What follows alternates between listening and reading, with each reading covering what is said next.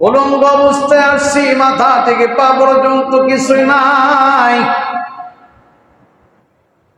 কিছুদিন পর আমার আল্লাহ সম্পদের মালিক বানাইলেন, গাড়ি বাড়ির মালিক বানাইলেন, সম্পদ দান করলেন। আমরা যদি মনে করি আমি আমার যোগ্যতা বলে সম্পদ পাইলাম, হবে না, নাশুকরি হবে। আর যদি মনে মনে চিন্তা করে আরে আমি কিছু যজ্ঞের মালিক ছিলাম না, কোনো বস্তুর ক্ষমতা আমার ছিল না, কোনো জিনিসের মালিকানা ছিল না, আমার আল্লাহ আমাকে এই সমস্ত সম্পদ দান করেছেন। আমার আল্লাহ বলে, ও বান্দা, আমি আল্লাহর নিয়ামতের দিকে তাকায়া আমি আল্লাহর শুকরিয়া তুমি করো। আমি আল্লাহ খুশি হই। তোমার লাভটা কি জানো? লাইন শাকারতুম লাযীদান্নাকুম। আমি আল্লাহ নিয়ামতটা যে আরো বাড়ায় দেই। অনেক বান্দা আছে, ভাই কেমন আছেন বলে তেমন ভালো নাই। ব্যবসা বাণিজ্য কেমন বলে অনেক খারাপ। সম্পদ কি পরিমাণ আছে বলে তেমন নাই। মনে মনে চিন্তা করে তার কাছে যদি বলি আমার ব্যবসা ভালো, না জানি আবার আমার কাছে টাকা পয়সা চেয়ে বসে কিনা। মনে মনে চিন্তা করে আমি অনেক টাকার মালিক যদি বলে দেয়, না জানি আমার কাছে আবার হাত পাতে কিনা। এই সমস্ত চিন্তা করে বলে না তেমন ভালো না। আল্লাহ পাক বলে আমি হাজার দেওয়ার পরেও শুকরিয়াটা বের হলো না। ও বান্দা, অপেক্ষা করো, ওয়ালা ইন কাফারতুম ইন্না আযাবি লাশাদীদ। আমি আল্লাহ কঠিন আযাবের ব্যবস্থা করব। দুনিয়াতে আযাব আরম্ভ হবে, আখিরাতের আযাব তো আছে। বলবেন হুজুর কই আযাব দেখা যায় না, খোঁজ খবর নেন না। শুকরি বান্দা, সম্পদ আছে কিন্তু শান্তি নাই। সম্পদ দ্বারা উদ্দেশ্য হলো শান্তি, গাড়ি বাড়ির মালিক হওয়ার দ্বারা উদ্দেশ্য হলো শান্তি। যেই বান্দারা নাশুকরি বান্দা সম্পদের মালিক হয়ে আল্লাহর কৃতজ্ঞতা প্রকাশ করে না, আল্লাহ পাক যেইভাবে ব্যয় করতে বলে সেইভাবে ব্যয় করে না, ওই বান্দা নাশুকরি বান্দা হয়ে গেল। আমার আল্লাহ তার কাছ থেকে রহমত উঠায় নাই, বরকত উঠায় নাই। সম্পদ আছে কিন্তু শান্তি তার মধ্যে নাই। আছে কি না? কোটি টাকার মালিক শান্তি নাই কেন? নাশুকরি বান্দা হারাম উপার্জন করে লাখ লাখ টাকা ইনকাম করে ঘরে ঢুকছে, টাকায় দেখে সন্তান অসুস্থ।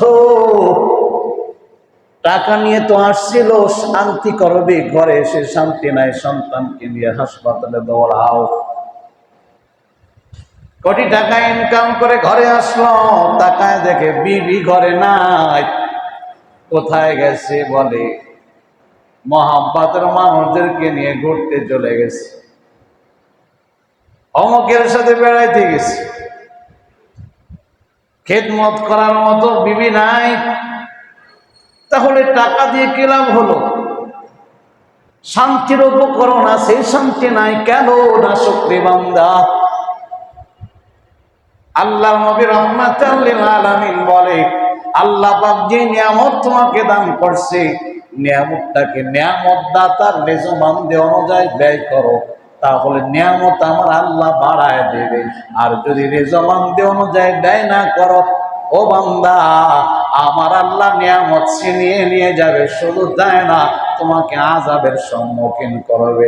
আযাব দুনিয়াতেও দেখবে, মরণের পরেও আযাব দেখবে।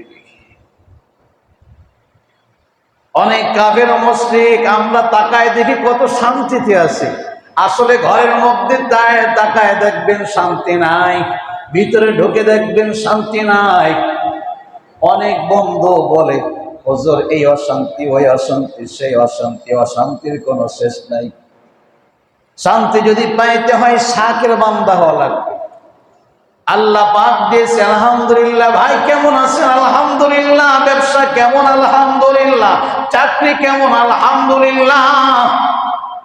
আরে আমি তো কোনো জিনিসেরই মালিক ছিলাম না, আমার আল্লাহ আমাকে অনেক কিছু দান করছে, আলহামদুলিল্লাহ। ঢাকার শহরে একটা ফ্ল্যাটের মালিক হয়েছি। আরে তো আমি তো টিন সেটে থাকার যোগ্য না, আমার আল্লাহ আমাকে ফ্ল্যাটের মালিক বানাইছে, আমার আল্লাহ আমাকে বিল্ডিং এর মালিক বানাইছে, আমার আল্লাহ আমাকে সম্পদ দিয়েছে। আলহামদুলিল্লাহ। শাকের বান্দা হয়ে যাও, আমার আল্লাহ পাক বলে নিয়ামত আমি বাড়ায় দেব, সম্পদ বাড়বে। সম্পদ দ্বারা যেটা উদ্দেশ্য শান্তি, আমি আল্লাহ শান্তিও দান করবো। সুবহানাল্লাহ। সম্পদ হওয়ার মধ্যে কোনো অসুবিধা নাই, ক্ষতি নাই, যদি সম্পদওয়ালা আল্লাহর শুকরিয়া আদায় করে।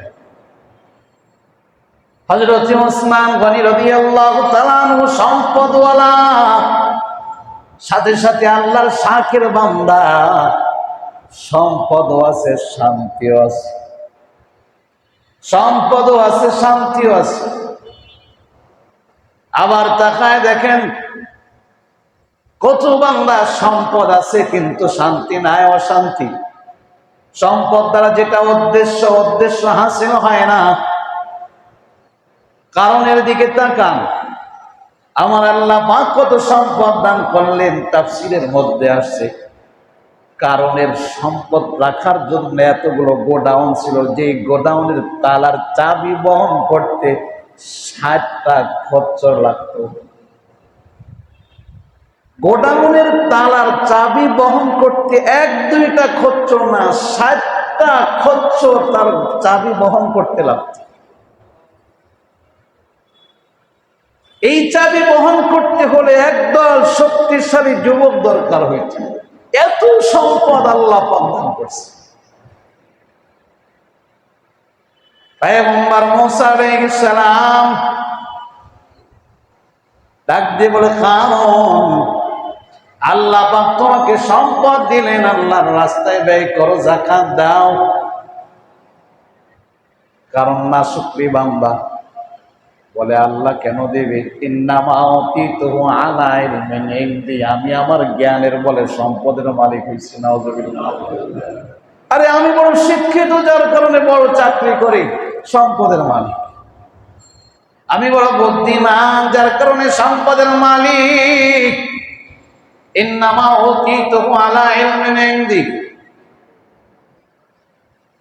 কারণ বলে আল্লাহ কেন দেবে? আমি আমার যোগ্যতা বলে সম্পদের মালিক হইলাম, আমার সম্পদ কেন আমি আল্লাহর রাস্তায় ব্যয় করব? ফকির মিসকিনকে কেন দিও? পয়গম্বর মুসা বলে, অবতাগি ফিমা আতাকাল্লাহুদ দারাল আখিরাহ ওয়ালা তানসা নসিবাকা মিনাদ দুনিয়া ওয়া আহসিন কামা আহসানাল্লাহু ইলাইকা وأحسن كما أحسن الله إليك وابتغ فيما آتاك الله الدار الآخرة। আল্লাহ পাক রব্বুল আলামিন তোমাকে যে সম্পদ দিলেন, এই সম্পদের মাধ্যমে আখিরাত অন্বেষণ করো। وابتغ فيما آتاك الله الدار الآخرة, আল্লাহ পাক তোমাকে যে সম্পদের মালিক বানিয়েছেন, এই সম্পদের মাধ্যমে তুমি আখিরাত অন্বেষণ করো। ওয়ালা তানসা নাসিবাকা মিনাদ দুনিয়া, তবে দুনিয়ার অংশ তুমি ভুলে যেও না। এই আয়াতের 2টা ব্যাখ্যা। দুনিয়ার অংশ ভুলে যাও না অর্থাৎ সব আল্লাহর রাস্তায় দিয়ে দিও না, নিজের জন্য কিছু রেখে দিও। আল্লাহ পাক বলেন না, বান্দা তুমি সব আমার রাস্তায় দিয়ে দাও, নিজের জন্য কিছু রাখা লাগবে না, এমনটা আল্লাহ পাক বলেন না।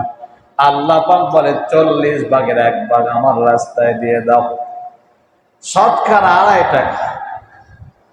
আল্লাহ পাক বলে শতকরা 2.5 টাকা যাকাত দিয়ে দাও। এটা হলো এক অর্থ। আর এক অর্থ হলো ওয়ালা তানসা নাসিবাকা মিনাদ দুনিয়া, তুমি তোমার দুনিয়ার অংশ ভুলে যেও না, অর্থাৎ ওই অংশ যে অংশে খরচ করলে আখিরাতে পাওয়া যাবে, এই অংশেরটার কথা ভুলে যেও না। ওয়া আহসিন কামা আহসানাল্লাহু ইলাইকা, পয়গম্বর মুসা উপদেশ দেয়, আল্লাহ পাক তোমাকে সম্পদ দিয়ে যে ইহসান করছেন, দয়া করছেন, আল্লাহর অন্য বান্দাদের উপরে তুমি ইহসান করো, দয়া করো। ওয়া আহসিন কামা আহসানাল্লাহু ইলাইকা, ওয়ালা তাবগিল ফাসাদা ফিল আরদি ইন্নাল্লাহা লা ইউহিব্বুল মুফসিদিন।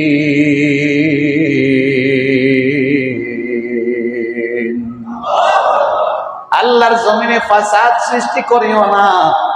ফাসাদ সৃষ্টিকারী বান্দাকে আল্লাহ পাক রব্বুল আলামিন পছন্দ করেন না, ভালোবাসেন না।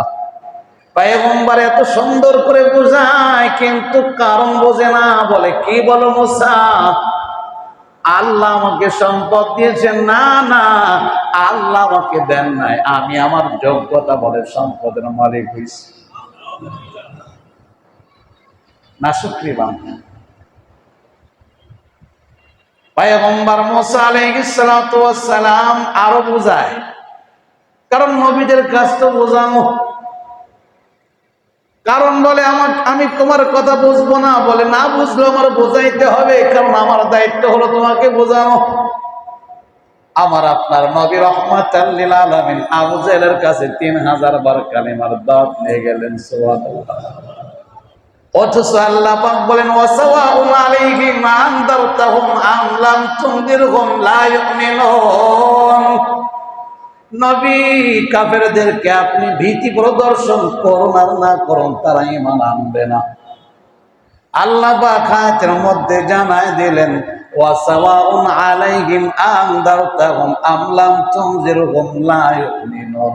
নবী গো, আপনি কাফেরদেরকে ভীতি প্রদর্শন করুন আর না করুন, ও ভাইটা বরাবর তারা কিন্তু ঈমান আনয়ন করবে না। খাতামাল্লাহু আলা কুলুবিহিম ওয়া আলা সামঈহিম ওয়া আলা আবসারিহিম গিশাওয়া। আল্লাহ পাক রব্বুল আলামিন তাদের শ্রবণ শক্তি, তাদের কলবের উপর মোহর মেরে দিয়েছে। আল্লাহ পাক রব্বুল আলামিন চোখের উপরে পর্দা দিয়েছে। ওয়া লাহুম আযাবুন আযীম, তাদের জন্য রয়েছে মহাশাস্তি। আল্লাহ পাক এই আয়াত নাযিল করার পরও নবী কালিমার দাওয়াত বন্ধ করে না। কেন বন্ধ করে না? নবী বলে আমাকে আয়াতে নিষেধ করা হয় নাই, আমাকে আল্লাহ বলেন নাই আবু জেহেলের কাছে কালিমার দাওয়াতটা দিয়েন না। আল্লাহ পাক বলছি তাদেরকে দাওয়াত দিন, আর না দেন তারা ঈমান আনবে না।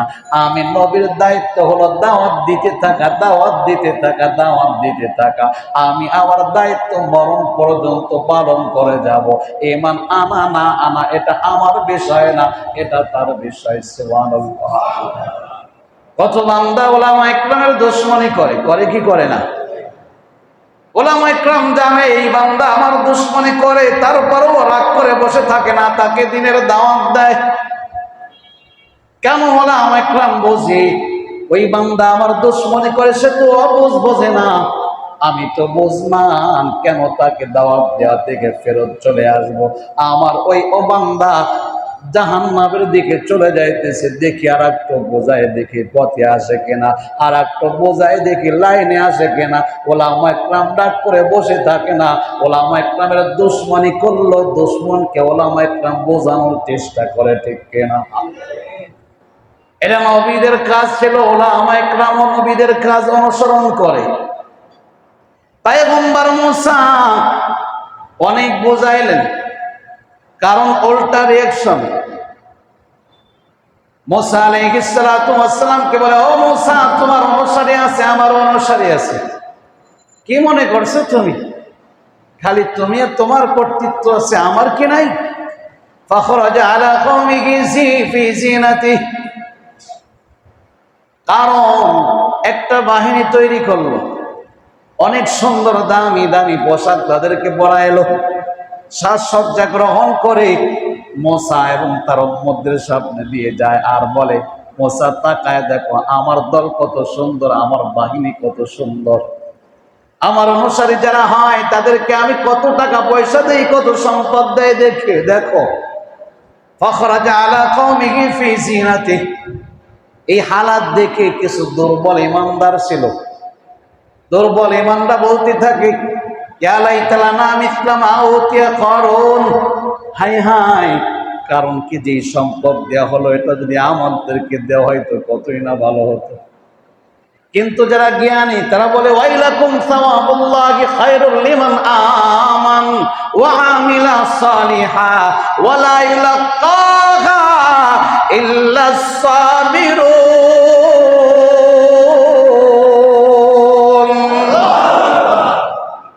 মোলারা বলে তোমাদের জন্য ধ্বংস, আর এই